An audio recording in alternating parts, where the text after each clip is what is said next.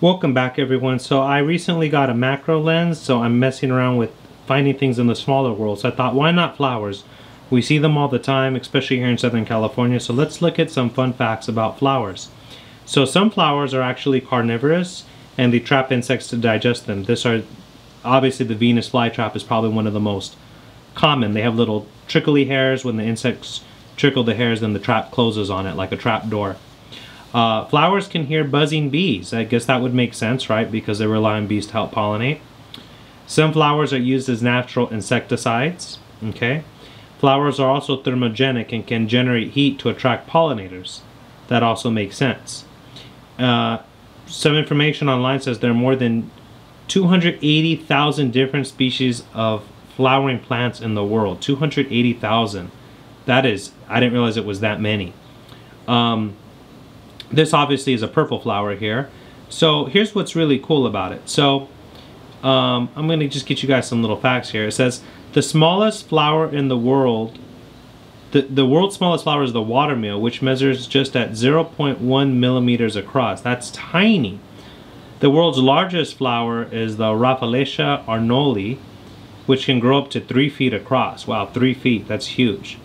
The most expensive flower is the Juliet rose, which sells for $15,800 per stem. So almost $16,000 a stem. That is an insanely expensive rose. I wonder why it's so expensive. I guess it's because it's known as one of the older flowers, but regardless, that's insane. Some flowers are edible. Some common flowers that are edible include violas and daylilies. Okay. Flowers have been used as a natural dye for centuries. For example, madder produces a deep red color while wood yields a beautiful blue hue. Okay, that makes sense. You can use the colors for paints and things like that. Flower symbolism can date back to ancient times. Okay, that makes sense. I know in biblical times, Aaron's rod in the Bible had the almond budded, and I believe there was flowers on his rod. Maybe if someone's more biblically knowledgeable, they can let me know about that. In the Victorian era, flowers were a form of nonverbal communication. For example, a red rose meant I love you. You see that today. While white rose signifies purity and innocence, right? White is always often, something that's pure. Flowers are an essential food source for pollinators like bees, butterflies, and hummingbirds. That makes a lot of sense. Here's some weird facts about flowers. Some flowers are carnivorous, like we said. I think I read that part too, guys. I'm just getting some information online here, trying to hold this.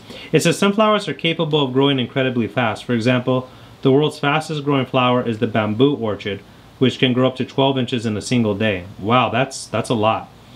Flowers are interesting not just for their beauty, but also for their medicinal properties.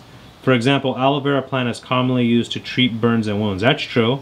Aloe vera is also used, the stickiness I think can also even be used as like a gel in hair. That makes sense.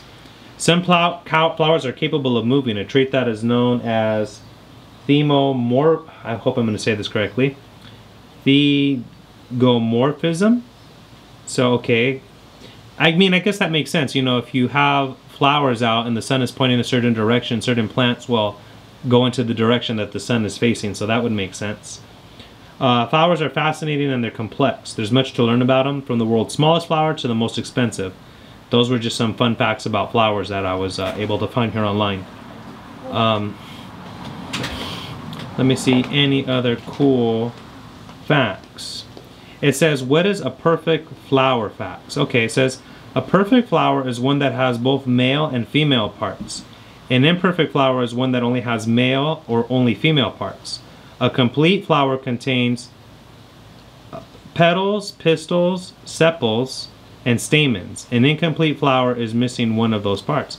I didn't realize they classified them as that. So I guess there's a lot of different ways to classify the flowers. But some flowers have male and some flowers have female parts. So that's very interesting.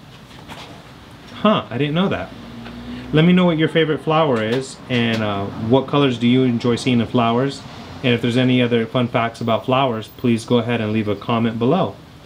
But let me show you guys some of the other beautiful little flowers here outside. look at these guys here. These are really beautiful. Just admire some of these. Have to autofocus that for you all. That's a really pretty, such a vibrant color. I could see how the bees are attracted to these beautiful bright colors. So these are bright oranges. And then if I come over here, I have some that are more of a bright yellow.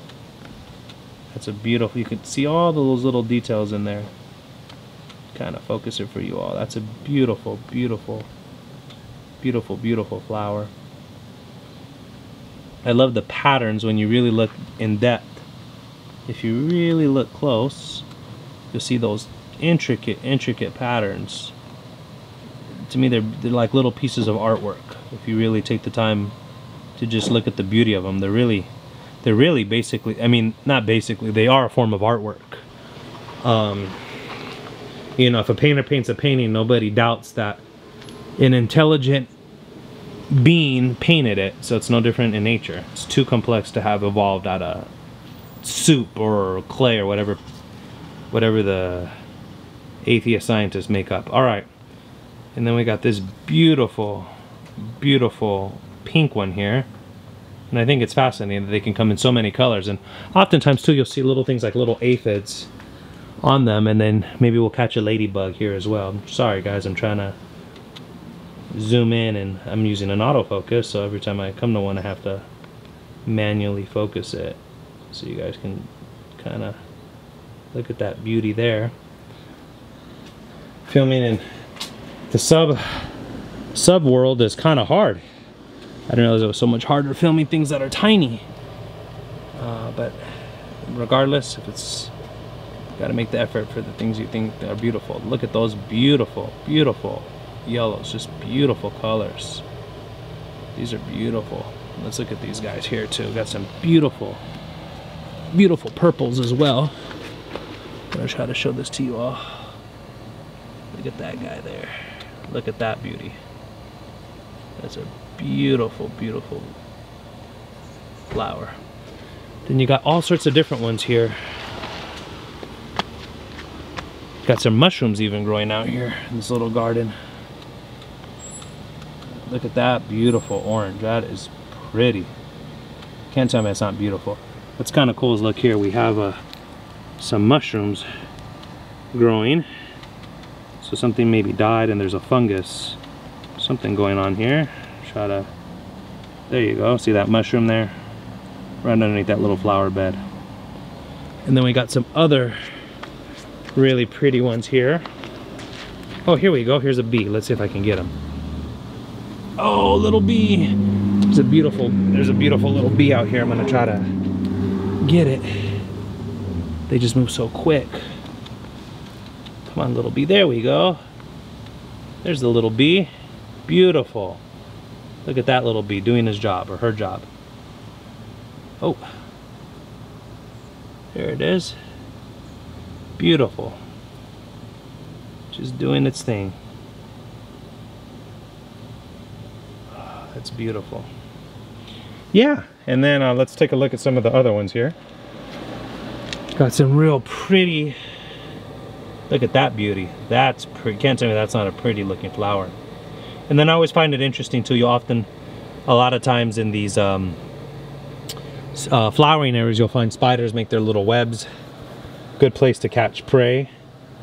Makes sense, right? You know, they know insects come and there's gonna be a food source for them. So the flowers also serve as, here's that little bee again. There he is, or she is. Sorry, it's just so hard to focus this. There it goes. Oh my goodness.